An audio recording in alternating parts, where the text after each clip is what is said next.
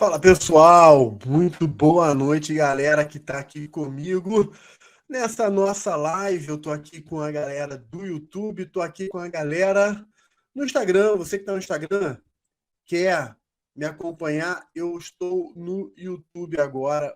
Vou trabalhar aqui alguns temas muito legais, galera. Muito bom estar aqui com vocês. Hoje é quinta, 7h07 da noite. João Mendes Simplifica a nossa casa aqui debater assuntos jurídicos, assuntos de alta relevância, assuntos impactantes. Galera, a gente vai trabalhar aqui alguns julgados do Supremo Tribunal Federal. Estou aqui com eles na minha frente já, estou aqui me organizando aqui com muitas telas aqui na minha frente e a gente vai trabalhar muitos temas legais, beleza? Pessoal, a nossa previsão hoje é trabalharmos. A nossa previsão é que a gente trabalhe com os informativos de 2 semanas, né? Então, nós temos informativo 1105 e informativo 1106. Fiquei um pouco preocupado, porque tem bastante coisa aqui, mas vamos fazer o seguinte, vamos combinar o seguinte. Eu vou começar com o 1105, qualquer coisa a gente cria uma live extra, a gente faz uma coisa extra para comentar o 1106, ok? Porque o 1105 tem algumas coisas bastante importantes aqui que você não pode ignorar. Então, galera que está aqui no Instagram, vem para o YouTube, porque a gente vai conversar. Eu estou aqui com o meu canal aberto, o Luiz Augusto já deu aqui boa noite, a Aparecida já deu boa noite, tem a galera aqui, pessoal que está ao vivo, vai mandando aqui seus comentários, eu estou vendo aqui, e se você tiver alguma dúvida, no YouTube eu consigo ver a dúvida, então você manda a dúvida para mim, a gente trabalha a dúvida junto, beleza? Então vamos lá, galera. No informativo 1105, a gente teve alguns julgados muito importantes e que eu garanto que vão cair em prova, ou quase garanto, né? Porque a gente nunca sabe, mas são informativos que vão cair. Né? Então, o primeiro desses informativos, na verdade, eu vou fazer o seguinte: eu vou comentar vários deles, mas eu quero já de cara dizer que nós temos 1, 2, 3, estou aqui com as minhas anotações, 3, 4, 5 julgados, de todos os julgados tem lá, tem vários, mas de todos tem 5 julgados que são bastante importantes. O último, então, é assim fundamental. O último, eu tenho segurança que isso vai cair em prova. Não tem como não cair em prova. Então, fica aí comigo, porque a gente vai falar de vários pontos, vários julgados, mas já quero destacar que tem 5 julgados que vão cair em prova, e o quinto, então, é batata. É assim, é certeza, ok? Tem julgado que fala sobre Ministério Público, então a MP tem um julgado aqui muito bacana, nada muito complexo, mas interessante sobre o Ministério Público, que pode cair tanto em constitucional, quanto pode cair lá na parte de princípios institucionais, enfim. Então, coisa boa aí para você também, beleza? Então, vamos lá. O primeiro julgado que eu quero destacar com vocês é exatamente em relação à Lei de Improbidade Administrativa, a Lei 8.429 de 92, que foi questionada no Supremo através da ADI 4295. Foram vários pontos discutidos e o Supremo analisou 4 pontos importantes e declarou todos eles constitucionais, ok? Então, o primeiro ponto foi a ampliação do conceito de agente político constitucional, de acordo com a lei, a imposição de obrigações no tocante a informações patrimoniais para a posse do exercício do cargo, também considerado constitucional, a previsão de sanções independentes das sanções nas esferas penais, civis e administrativas, também foi considerado inconstitucional, constitucional, e o acompanhamento dos respectivos procedimentos administrativos pelo Ministério Público e Tribunal de Contas. Então, 4 pontos importantes que a lei trata e que o STF considerou constitucional, ok? Um ponto que eu quero destacar aqui é a respeito do chamado duplo regime sancionatório dos agentes políticos, né? Então, o STF entendeu que é possível esse duplo regime sancionatório à exclusão do presidente da República, ok? O STF também entendeu que não viola a separação de poderes, não viola a relação entre os poderes, a comunicação e a intimação do Ministério Público e do Tribunal de Contas em relação à movimentação que ocorre no âmbito da improbidade administrativa, ok? Na verdade, o que o Supremo entende é que a intimação tanto do Ministério Público quanto do Tribunal de Contas visa auxiliar essas instituições, esses órgãos, nas suas respectivas funções, nas suas respectivas missões institucionais, ok? Então, também o Supremo considerou constitucional. Então, esse ponto, galera, assim, de improbidade administrativa, obviamente, que toca em constitucional e vai além de constitucional. Eu quero pedir que você dê destaque a ele, nesses 4 pontos. Eu estou andando um pouco rápido porque eu quero destacar algumas outras coisas, eu quero me ater a alguns outros aspectos que eu considero também importantes. Outro julgado relevante foi a respeito de OGMs, né, organismos geneticamente modificados. Isso toca a questão de biossegurança e a questão ambiental, né? A questão de biossegurança, a questão ambiental, o princípio da precaução foi aqui também discutido.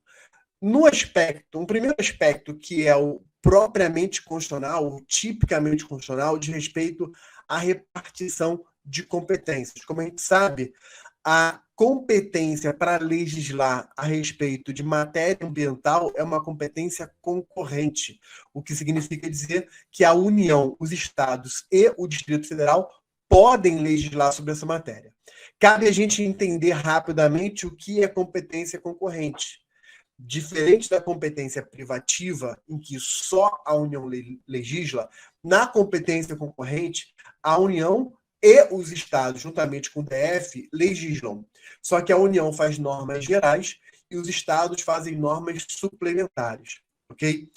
Norma suplementar do estado são aquelas normas que visam atender a peculiaridades, a especificidades daquele estado. Isso é muito importante. Por que é muito importante? Porque se há uma norma geral e o Estado legisla sobre algum ponto que a norma geral não legisla, por exemplo, impondo uma obrigação ou impondo uma restrição que a norma geral não obriga ou não restringe, essa lei estadual ela somente será válida se aquele ponto que ela determina for relativo a uma peculiaridade do Estado. Porque se não for relativo à peculiaridade do Estado, o Supremo vai entender, como tem casos que eu vou mostrar aqui para vocês ainda nesse formativo, que ele, Supremo, entende que isso é uma invasão da competência da União para legislar sobre normas gerais, ok? Então, norma geral é da União, norma complementar que visa atender as especificidades, as peculiaridades do próprio Estado e da região daquele Estado. Isso, então, são os estados e o DF. Você também sabe que... Desculpa. Opa! Deu aqui uma tosse, deixa eu beber uma água. Você também sabe que se a União não fizer a norma geral, cabe ao Estado fazer a norma geral enquanto a União estiver omissa. Então, na ausência da norma geral, a União passa a exercer competência legislativa plena, na ausência da norma geral, ok? E aí, se o Estado atua no exercício da sua competência legislativa plena e, posteriormente, vem a norma da União, ou seja, ocorre a superveniência da norma geral da União, nesse caso, então, a norma geral da União, superveniente, implicará a suspensão da eficácia da norma estadual no que essa norma estadual for contrária à norma geral da União, ok? Muito importante você notar que não é a revogação. Por quê? Porque a revogação ela ocorre quando se dá entre atos normativos emanados da mesma entidade federativa. Como aqui eu tenho uma norma geral da União e uma norma do Estado, não são normas da mesma entidade federativa, logo não há que se falar em revogação, ok? Então, anota esse ponto aqui. O Supremo, então, relativo à questão dos organismos geneticamente modificados, o Supremo vai afirmar que a competência é concorrente, então cabe à União legislar sobre normas gerais a respeito desse assunto, ok?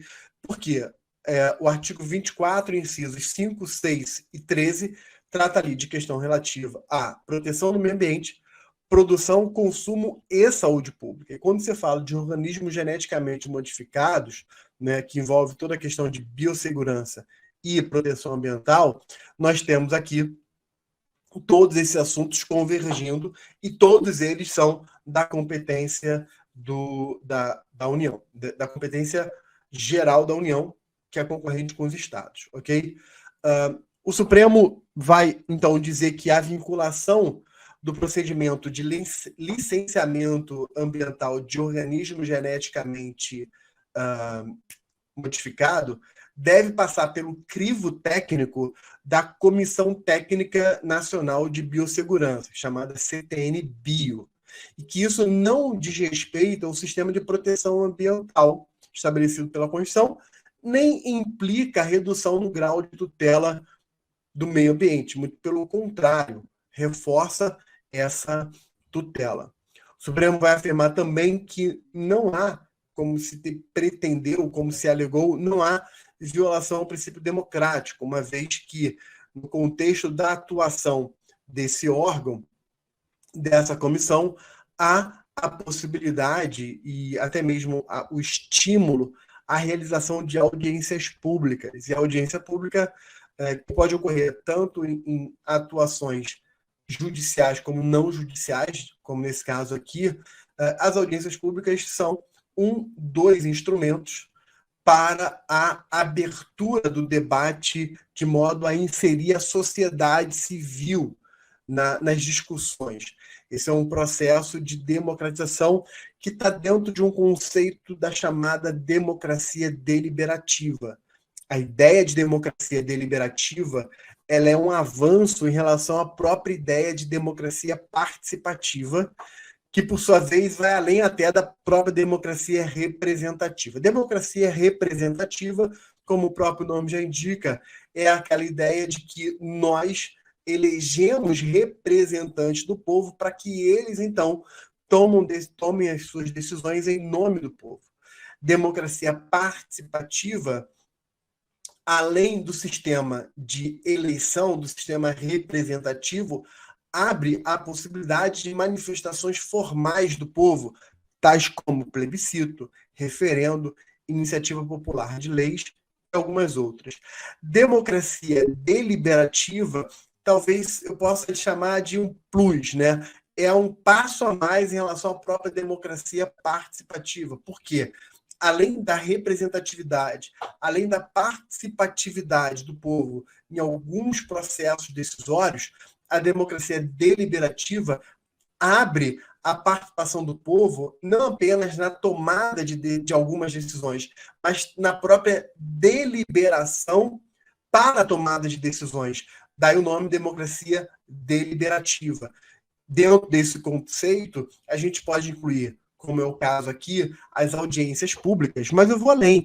A gente pode incluir também o famoso amicus curiae, que ocorre no âmbito judicial, né, que começa aqui no Brasil, sobretudo nas ações de controle concentrado abstrato, mas hoje a gente sabe que a figura do amicus curiae se expandiu para além do controle concentrado abstrato, ok? Então, sobre organismos geneticamente modificados, a ADI 3526, são esses os destaques que eu queria dar aqui para vocês. Outro ponto que eu quero dar um destaque para vocês, e esse eu quero que você preste bastante atenção, sobretudo você que tem interesse no Ministério Público, ok? Foi o caso da ADI 3238 muita atenção agora, eu vou procurar esquematizar o raciocínio para você não se perder e não esquecer isso na prova. A questão debatida aqui diz respeito ao processo legislativo das leis referentes ao Ministério Público, ok? A Constituição, ela tem alguns dispositivos que tratam sobre esse assunto e, como são dispositivos esparsos, eles podem levar a ideias incompletas. Eu quero explicar isso aqui para vocês, ok? Bem, quando a gente fala de Ministério Público, a gente tem que pensar no Ministério Público para fins de produção legislativa. Nós temos que pensar no Ministério Público de duas formas. Em Ministério Público, no sentido amplo do termo, que inclui todo e qualquer Ministério Público, seja o Ministério Público Estadual, seja o Ministério Público da União, com as suas diversas ramificações, ok?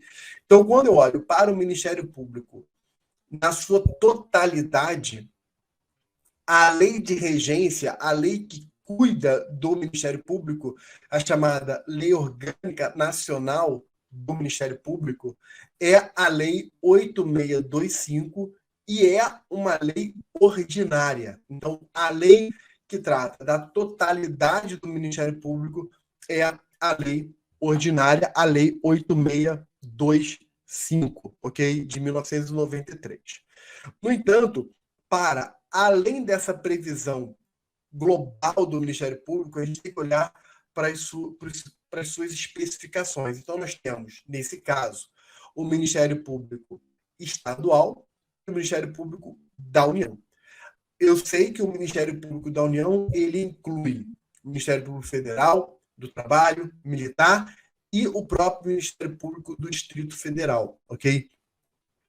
O que eu quero destacar aqui é que a lei específica do Ministério Público, seja ele estadual, seja ele Ministério Público da União, é uma lei complementar do respectivo ente federativo, ok? Então, é uma lei complementar do respectivo ente federativo. Então, logo, no âmbito do Ministério Público da União, é uma lei complementar estadual de iniciativa do PGJ, ou seja, iniciativa do Procurador-Geral de Justiça, ok? Já no âmbito do Ministério Público da União, também será uma lei complementar, só que nesse caso uma lei complementar federal, de iniciativa do PGR, concorrente com a iniciativa do Presidente da República, ok? Mil desculpas. Então, a Constituição deu uma iniciativa concorrente ao Presidente da República e ao Procurador-Geral da República.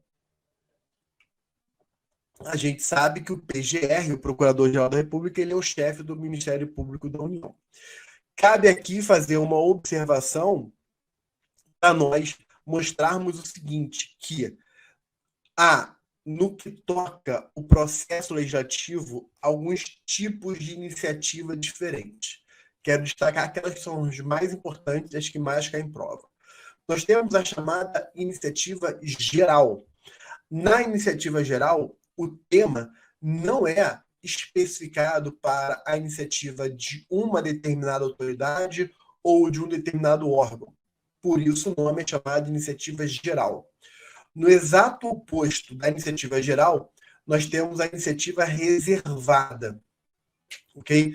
A iniciativa reservada, no exato oposto, ocorre exatamente quando a Constituição especifica: olha, o projeto de lei sobre esta matéria só pode ser apresentado por tal autoridade ou por tal órgão.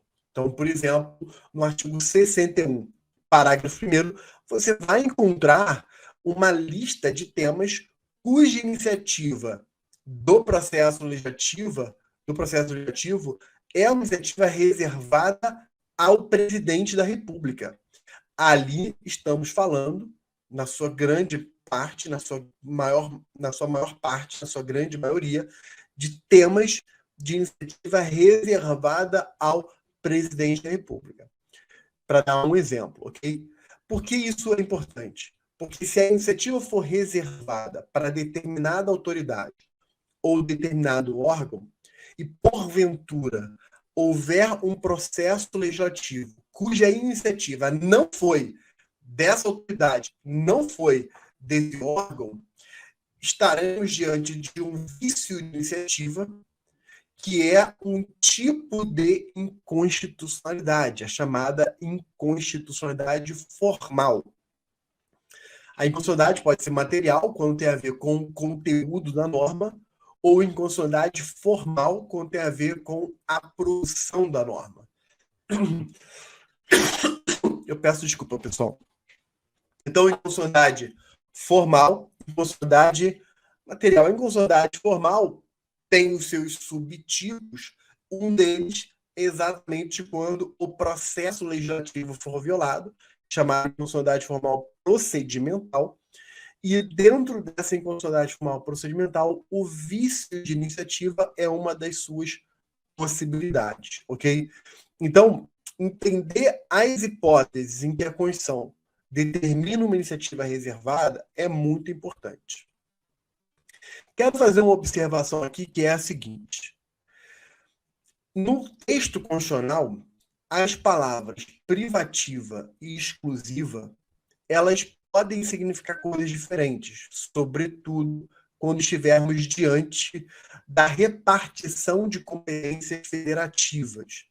Então, exclusiva normalmente significa algo indelegável, como são as hipóteses do artigo 21 da Constituição, e privativa significa algo que pode ser delegado, como são as hipóteses do artigo 22 da Constituição. Por que eu estou fazendo esse comentário aparentemente deslocado do processo legislativo? Porque quando a Constituição trata do processo legislativo, ela, nesse ponto, não foi tão técnica ou tão precisa para separar privativa e exclusiva. Então, há momentos que a Constituição usa o termo privativa ou exclusiva dentro do processo legislativo com o mesmo sentido, ok? Então, lá na repartição de competências federativas, tem diferença entre exclusiva e privativa. Aqui, no processo legislativo, nem sempre, ok? Então, ora se usa iniciativa reservada, ora se usa iniciativa privativa ou exclusiva. Aqui, dentro desse contexto, e somente dentro desse contexto, vai significar a mesma coisa. Perfeito? Então, eu falei da iniciativa geral, falei da iniciativa restrita. Só que existe um outro tipo de iniciativa que é chamada de iniciativa concorrente. Iniciativa concorrente dá com a Constituição. Ela não abriu o tema para qualquer iniciativa, como seria a iniciativa geral, mas ela também não fechou para um único órgão ou uma única autoridade.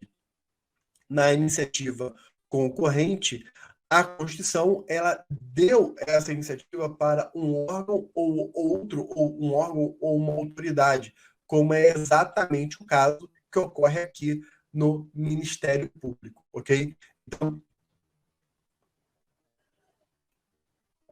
quando a gente trata do Ministério Público, a iniciativa do projeto de lei complementar a respeito do Ministério Público da União é uma iniciativa concorrente do Presidente da República e do PGR, ou o Presidente da República ou o Procurador-Geral da República, ok? Esse é um ponto, galera, que, veja, cai ou pode cair dentro de constitucional, especificamente no aspecto do processo legislativo, ou pode cair dentro dos chamados princípios institucionais do Ministério Público, ou as normas de regência do Ministério Público, aí, dependendo do edital, pode ter nomes diferentes, ok? Muita atenção para esse ponto aqui, tá bom? Então, fechamos mais esse julgado. Um outro julgado aqui, que eu não vou adentrar nele, porque não tem nada tão significativo, mas apenas vou fazer referência a ele, foi a ADI 6313, que diz respeito à produção, fabricação de placa de identificação de veículo, placa de carro, né? O que eu quero dar destaque aqui é um assunto mais de direito administrativo, ok? E o que eu quero dar destaque aqui é que o Supremo entendeu que o credenciamento é um meio legítimo quando a administração pública não quer restringir os participantes, mas ao contrário, quer oferecer a maior rede possível de prestadores de serviço. Então, aqui, ao invés de fazer uma modalidade de licitação, através de uma concorrência, restringir para um ou alguns participantes, o que se pretende é, ao contrário, é ampliar para obter a maior rede possível de prestadores desse serviço, que é a fabricação e a estampagem de placas de carro, né, de placas de identificação de veículo. Então, para isso, o modelo de credenciamento é um modelo legítimo de acordo com essa finalidade. Obviamente, vai ter ali os requisitos, né, alguns condicionamentos, mas é um modelo legítimo. Então, fica o destaque para isso aqui, que são entes privados que vão realizar uma prestação de serviço na modalidade de credenciamento, exatamente porque a finalidade é alcançar a maior rede possível e não, ao contrário, restringir para uma rede pequena ou para um ou poucos participantes ou poucas pessoas, ok? Então, esse é um ponto aqui que eu quero dar destaque também para vocês. Outro ponto que é interessante de respeito a outro julgado, de respeito à ADI 6259 e a atuação do Conselho Nacional de Justiça. O Conselho Nacional de Justiça estabeleceu, através de uma resolução, diretrizes e parâmetros para o processamento de execução penal nos tribunais, né? Ou seja, de âmbito nacional, não apenas federal, mas de âmbito nacional, né? E determina também que os processos nessa fase, ou seja, na fase de execução, tramitem pelo Sistema Eletrônico de Execução Unificada, né? A discussão aqui é, primeiro, se o CNJ teria atribuição constitucional para legislar sobre esse assunto. O segundo é se um tratamento unificado no âmbito nacional, se isso não violaria o Pacto Federativo e a autonomia dos estados para estabelecerem os seus próprios regulamentos, ok? Então, o Supremo fez essa análise e entendeu que essa resolução é plenamente constitucional. Cabe aqui fazer uma observação no que toca ao controle de constitucionalidade, porque, veja, estamos diante de uma resolução do CNJ que foi objeto de ação direta de inconstitucionalidade e o Supremo admitiu, e não apenas admitiu, como declarou constitucional a resolução, ok? Então, a pergunta é, por que o Supremo admite uma ADI em relação a uma resolução que não é uma lei, né? Veja que a Constituição, quando estabelece a ação direta de inconstitucionalidade, afirma que a ação direta de inconstitucionalidade de lei ou ato normativo. Essa expressão ato normativo aqui deve ser entendida como ato normativo materialmente primário. Todo ato normativo ele tem 3 características. Sejam esses atos normativos chamados primários, sejam os chamados secundários. Os atos normativos primários e os secundários têm generalidade, abstração e autonomia. Generalidade, abstração e impessoalidade, ok? São características que qualquer norma, qualquer comando normativo terá. No entanto, a diferença entre o ato normativo primário e o ato normativo secundário é exatamente a existência da autonomia. E a autonomia é o seguinte: o ato ele não depende de nenhuma outra norma a não ser diretamente a própria Constituição. Então, nesse caso, o ato dotado de autonomia ele inova no ordenamento normativo e, portanto, ele pode ser objeto de ADI. O Supremo ele não é preciosista em relação à nomenclatura do ato normativo. Então, não importa se esse ato normativo ele tem o nome de lei, de decreto, de resolução, de portaria, de edital, de decisão administrativa, não importa. O que importa para o Supremo é olhar para o ato e verificar se ele preenche aquelas características, ou seja, se ele tem generalidade, abstração, impessoalidade e também autonomia. Se tiver essas 4 características, o Supremo admite a ação direta de inconstitucionalidade, ok?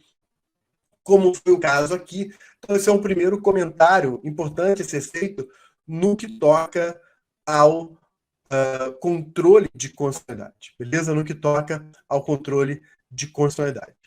O Supremo também vai afirmar que essa resolução inconstitucional ela não viola o Pacto Federativo na medida em que não retira a competência dos estados para legislarem sobre direito penitenciário, né? Não ofende a autonomia dos tribunais, mas apenas racionaliza um tema que se encontra sob a égide do chamado estado de coisas inconstitucional, ok? O que é o estado de coisas inconstitucional? É exatamente uma situação que configura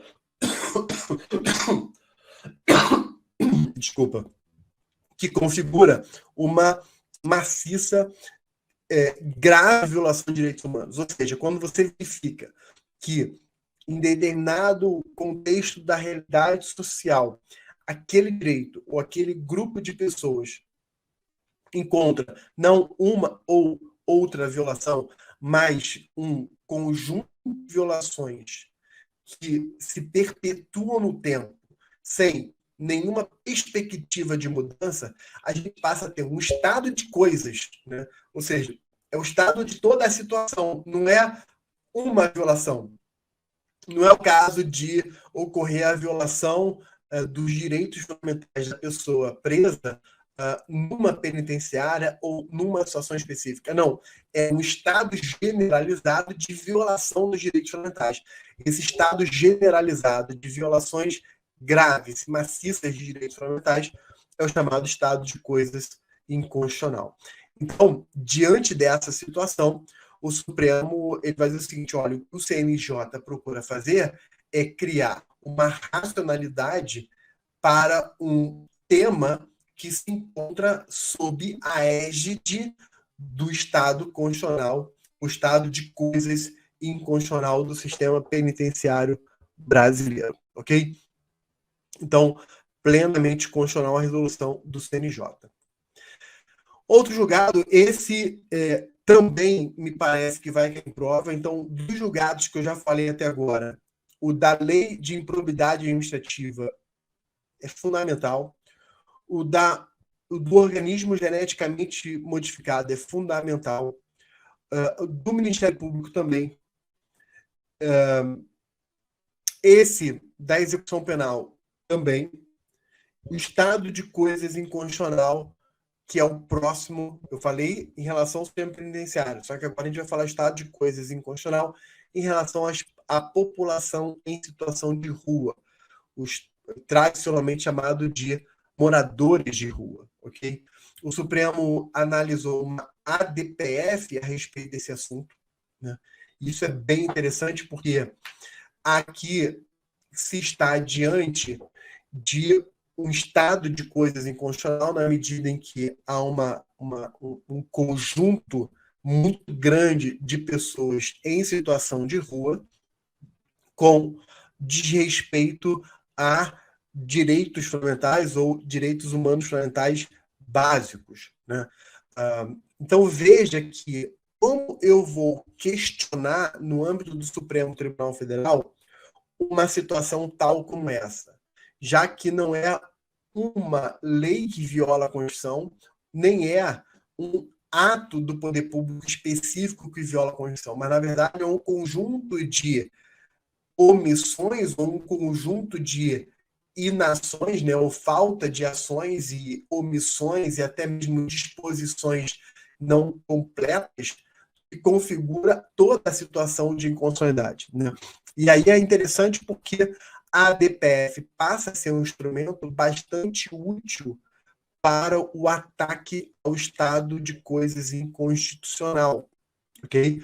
Quando a gente trata de uma lei específica, ou um ato administrativo específico, é uma situação diferente do que a gente está tratando aqui, né? Porque aqui não se configura uma lei ou um ato ou uma omissão específica, mas um conjunto complexo de omissões mais ações indevidas ou parcialmente indevidas que configura essa situação completa de inconstitucionalidade. Uma situação é uma inconstitucionalidade generalizada, digamos assim. Se você quiser substituir o termo estado de coisas inconstitucional, a gente chamaria de uma situação de inconstitucionalidade generalizada, ok? Então é muito importante você entender que para configurar o estado de coisas inconstitucional, nós temos uma violação maciça de direitos humanos, ok? Uma violação maciça de direitos humanos e, como eu falei, de forma generalizada, ok? O Supremo analisa esse ponto aqui em sede de cautelar, né? E, primeiro, ele reconhece que sim, no que toca à população em situação de rua, esse é o termo mais adequado, estamos diante, sim, de um estado de coisas inconstitucional.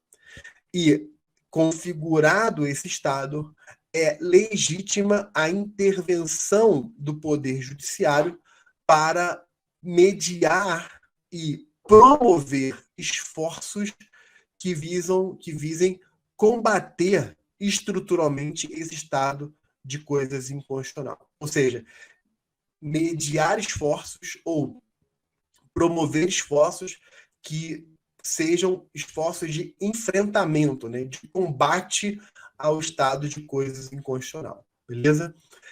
Nesse ponto, o Supremo ele verifica que nós temos aqui três grandes objetivos, três finalidades macro, né? Uma que seria evitar a entrada de pessoas nas ruas, né? Evitar a entrada. Outro, se a pessoa já está em situação de rua, ela ter ali a proteção dos seus direitos fundamentais. E três, a busca para a saída da situação de rua, ok? Então, evitar a entrada, buscar a saída, e para quem está, né, já entrou e ainda não saiu, né, para quem ainda está na situação de rua, visar ali combater esse Estado e combater a violação de direitos humanos e garantir seus direitos fundamentais, beleza? Então, são três finalidades grandes, são as três grandes finalidades que nós temos aqui, ok? O Supremo, ele, para configurar esse estado de coisas inconstitucional, ele verifica diversos fatores. Dentre os diversos fatores, ele vai colocar a falta de acesso à educação, ok? A chamada aporofobia. Aporofobia, poro vem de recurso, a é aquele prefixo negativo, né? É a ausência de recurso, fobia você sabe que é medo. Então, aporofobia é a repulsa ao pobre, né? É a repulsa, é o medo, é a discriminação contrária ao pobre, ok? Pessoal que está aqui no YouTube, você já tinha ouvido falar em aporofobia? Escreve aqui para mim, né? Então, aporofobia é a repulsa, é a discriminação, é a rejeição ao pobre, entendendo o pobre aqui no seu sentido mais amplo da palavra, ok? Então, o Supremo, vou repetir, reconhece diversos fatores que convergem para o problema dessa violação dos direitos humanos das pessoas em situação de rua. Vou repetir.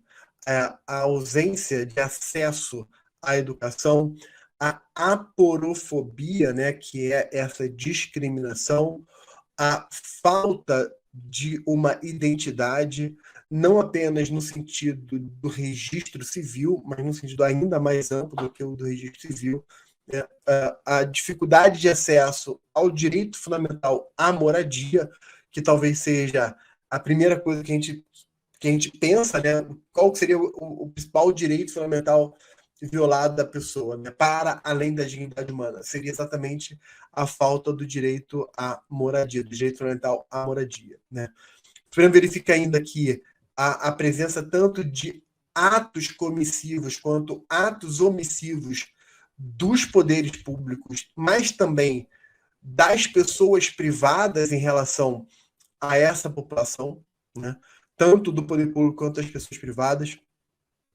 Então, são diversos elementos ou fatores que o Supremo vai juntar, vai somar para fazer a análise desse estado constitucional, esse estado de coisas inconstitucional, ok?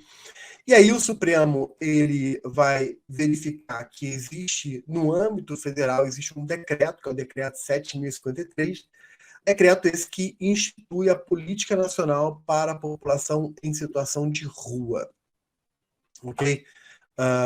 E é interessante usar, né, o termo que é o termo tecnicamente melhor, porque ele retira um pouco da carga de preconceito que, ao invés de falar morador de rua, porque você não mora na rua, você está situado na rua. Então, pessoas em situação de rua, né? Esse é o termo mais correto, e existe um decreto nacional para instituir uma política nesse sentido, ok? Então, o Supremo vai entender que esse decreto ele deve ser observado, deve ser estimulado. E aí, vai me faltar condição e tempo para adentrar num ponto da adesão que eu reputo muitíssimo importante para você. Muitíssimo importante por dois motivos. Primeiro, porque é relevante para o tema propriamente dito das pessoas em situação de rua. E o segundo motivo é porque, para a teoria constitucional, a teoria do pensamento teórico constitucional, o que eu vou mostrar aqui para vocês agora é o que a gente chama de decisão manipulativa ou aditiva, ou ainda alguns vão chamar de, pode ser considerado sentenças normativas. Por quê? Porque o Supremo ele vai dizer o seguinte, eu vou tomar liberdade para ler um trecho. Com base nesse e em outros entendimentos, o plenário, por unanimidade, referendou cautelar anteriormente concedida para o fim de tornar obrigatória a observância pelos estados, Distrito Federal e municípios, imediata e independentemente da adesão formal, das diretrizes contidas no Decreto Federal, que institui a Política Nacional para a População em Situação de Rua. E agora, bem como determinar a formulação pelo Poder Executivo, e lá vai. E aí você vai encontrar nesse formativo uma lista grande de diretrizes que o Supremo Tribunal Federal determina para os 4 entes da federação, ou seja, União, Estado, Município, Distrito Federal, sobretudo direcionados ao Poder Executivo. Né? Então fala, por exemplo, que deve ser formulado pelo Poder Executivo Federal no prazo de 120 dias de um plano de ação e monitoramento para efetiva implementação da Política Nacional para a População em Situação de Rua. Ou seja, o Supremo determina que é o Executivo que tem que criar um plano de ação e ainda fixa um prazo de 120 dias. E diz que esse plano de ação tem que ter um diagnóstico, tem que criar instrumentos para futuros diagnósticos, tem que determinar ali um censo pelo IBGE. Ou seja, o Supremo tem que dizer o seguinte, olha, Poder Executivo, você tem 120 dias para fazer um plano de ação. Só que nesse plano de ação, você tem que observar algumas diretrizes básicas, mínimas, que são essas aqui. E aí ele vai elencando algumas diretrizes que vão, olha só, galera, da letra A até a letra P. Ou seja, estamos falando de muitas diretrizes que o plano de ação do executivo deve observar. Mas não para aí, que ele fala isso para o executivo federal, mas também fala para o executivo municipal que de lá que os poderes executivos municipais e distritais, no âmbito de suas zeladorias urbanas e nos abrigos de sua responsabilidade, e aí de lá que esses poderes executivos municipais devem efetivar medidas para garantir a segurança do pessoal, disponibilizar apoio de vigilância sanitária, e aí vem lá uma série de diretrizes direcionadas ao Poder Executivo Municipal, e é também bastante longo. E conclui direcionando novamente ao Poder Executivo Municipal o prazo de 120 dias para a formulação de um diagnóstico pormenorizado. Então, olha só que interessante, né? O Supremo, ele, em sede de cautela, isso é muito importante para o controle de constitucionalidade, galera. O Supremo, em sede de cautelar, ele vai cautelar em ADPF, ele vai determinar a adoção de medidas concretas. Isso é muito relevante, sabe por quê? Porque quando a gente fala numa cautelar no âmbito da ADI, a cautelar na ADI tem como finalidade suspender a eficácia da norma. A cautelar na ADC tem como finalidade suspender o andamento de processos judiciais sobre aquele tema. A cautelar na ADO, que é a ADI por omissão, visa suspender a norma no caso de omissão parcial, suspender processos, enfim. Na ADPF, além de tudo isso, pode também determinar a realização de medidas concretas, o que coloca a ADPF numa prateleira diferenciada das demais ações, ok? Exatamente porque a finalidade da ADPF é a proteção dos preceitos fundamentais, e dentre diversos preceitos fundamentais, um deles são exatamente os direitos fundamentais. Então, eu daria bastante destaque a essa ADPF por todos os motivos que eu expliquei agora. Não só pelo conteúdo do tema em si, que é um tema bastante relevante, mas pelo conteúdo dessa cautelar. Beleza? Vamos lá. Um outro julgado, ADI 3093, o Supremo vai falar sobre a competência para legislar sobre estágio supervisionado. Era uma lei estadual e o Supremo entendeu que essa lei estadual viola a competência da União para legislar sobre direito do trabalho. Então, mais um julgado relativo à repartição de competências, que é um dos temas que o Supremo mais julga e um dos temas que cai bastante em prova, ok? Na mesma linha, o Supremo vai falar que é constitucional a definição de um dia comemorativo em relação à proteção cultural, como foi o caso da criação do Dia de São Jorge no estado do Rio de Janeiro, e o Supremo entendeu que esse feriado está dentro da competência estadual para proteção ali das suas características históricas, artísticas, culturais, seus monumentos, enfim. Então, constitucional. Também não vou perder muito tempo nisso aqui, não. Ok? Outro julgado interessante, também rapidamente, novamente sobre repartição de competências, foi uma lei estadual que vedava a entrega de correspondência em caixas postais comunitárias, né? O Supremo entendeu que a competência para legislar sobre serviço postal é competência legislativa da União, portanto, a lei estadual é inconstitucional, né? Nesse caso, o Supremo falou o seguinte: olha, não há nenhuma peculiaridade do âmbito estadual que justifique essa lei. Lembra aquilo que eu falei no início do nosso encontro aqui? Que a lei suplementar do Estado, no âmbito da competência legislativa concorrente, deve ser para atender às especificidades aqui locais, ok? Nesse caso, além de não ter nenhuma especificidade, trata-se, além do mais, de uma competência legislativa privativa da União. Então, sem nenhum motivo, essa lei pode vigorar, né? Outro caso aqui interessante, também a gente passa rápido.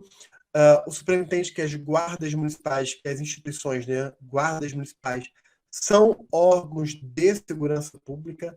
No quesito da interpretação constitucional, o que chama atenção de forma interessante é o fato de que a Guarda Municipal não está prevista dentro da lista dos órgãos de segurança pública do artigo 144, ok?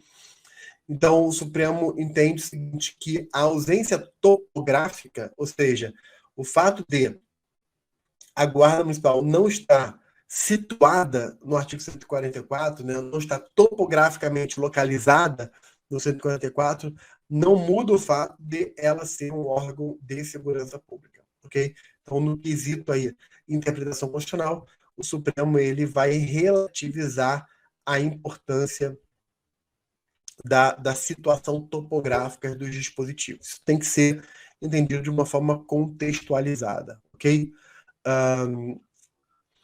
E, por fim, galera, eu falei que deixaria para o final aquele julgado que me parece o mais importante.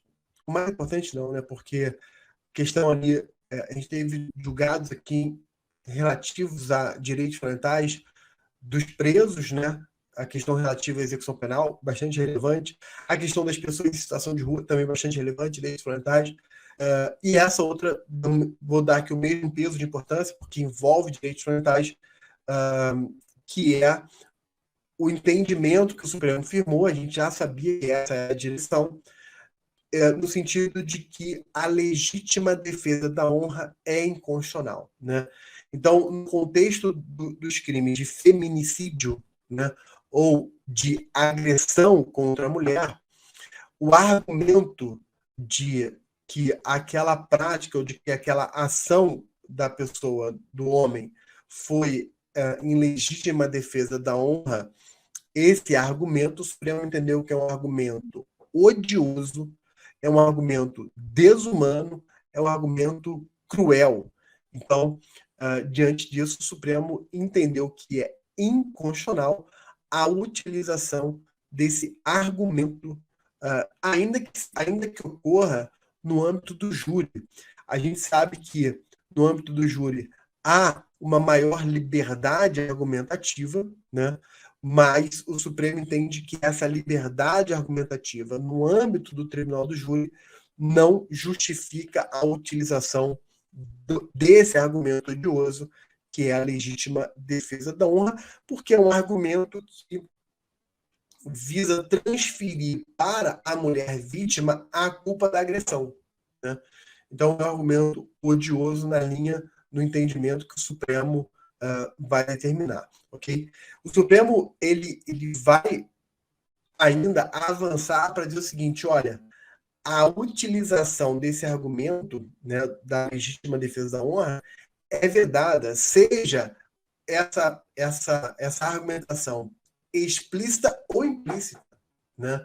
E é nessa questão da utilização direta ou indireta, né, que a gente vai ter ali uma margem de subjetividade. Por quê? Porque o que é uma manifestação, o que é uma indicação indireta de que a defesa está usando o argumento da legítima defesa da honra, ok?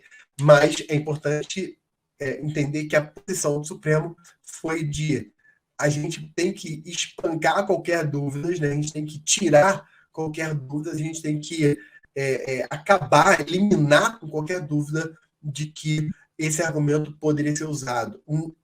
Não pode ser usado nem de forma indireta, nem de forma implícita, né? E aí, o Supremo, entendendo dessa forma, vai afirmar que,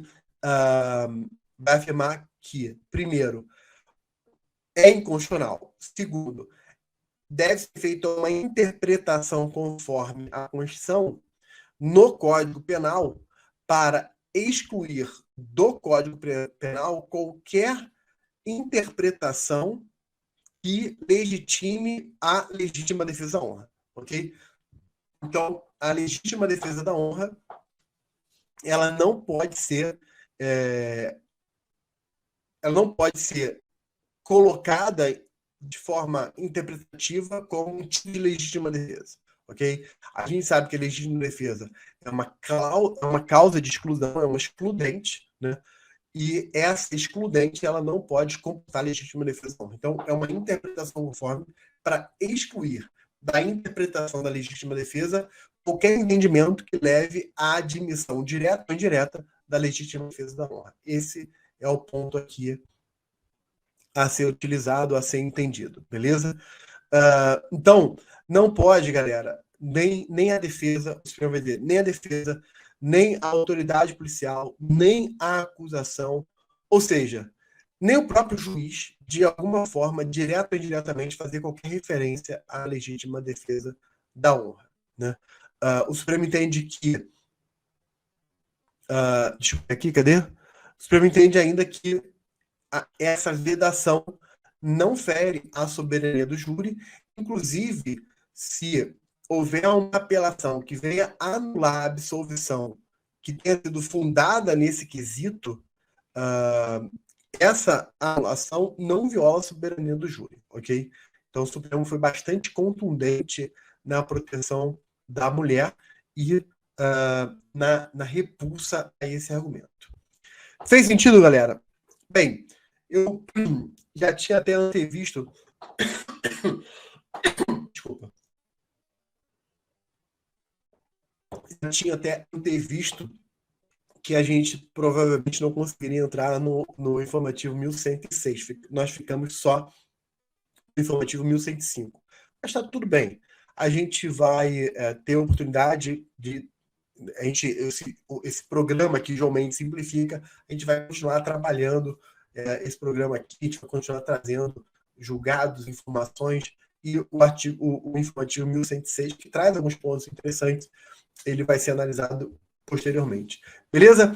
Pessoal que está ao vivo aqui comigo, tá tudo bem? Ficou alguma dúvida? Vocês querem perguntar alguma coisa? Tem gente aqui que já tinha mandado aqui uma mensagem. Quero saber como é que tá. Pessoal que está aqui no Instagram, vocês estão vendo aqui meio de lado, porque eu estou olhando aqui para o YouTube, né? Estou prestigiando aqui a galera do YouTube. Então, vocês estavam vendo aqui essa posição meio diferente, aqui o microfone, enfim. Ficou tranquilo? A Rafaela botou aqui, muitos julgados, importante, né? Ela botou aqui, muito legal. Botando aqui, Rafaela, você está aparecendo para todo mundo aqui, né? Obrigada, prof, foi show, muito legal. Então, fica aí, galera. Vamos estudar informativo. Contem comigo. Toda quinta-feira, 7h07 da noite, João Mendes Simplifica. A gente vai sempre trazer alguma coisa legal aqui para vocês. Beleza? E não se esqueça, toda segunda-feira, 7h07 da manhã, a gente vai acordar bem. A gente vai acordar e começar a semana bem. Que é o João Mendes Inspira, que eu vou sempre trazer algum ensinamento, alguma reflexão sobre técnica de estudo, sobre alguma coisa que vai te impulsionar, vai te motivar, vai te levantar, vai te deixar de pé para a jornada da semana. Tranquilo? Galera, mais uma vez, valeu. Um grande beijo para vocês. Fiquem com Deus. Até a próxima, pessoal. Valeu.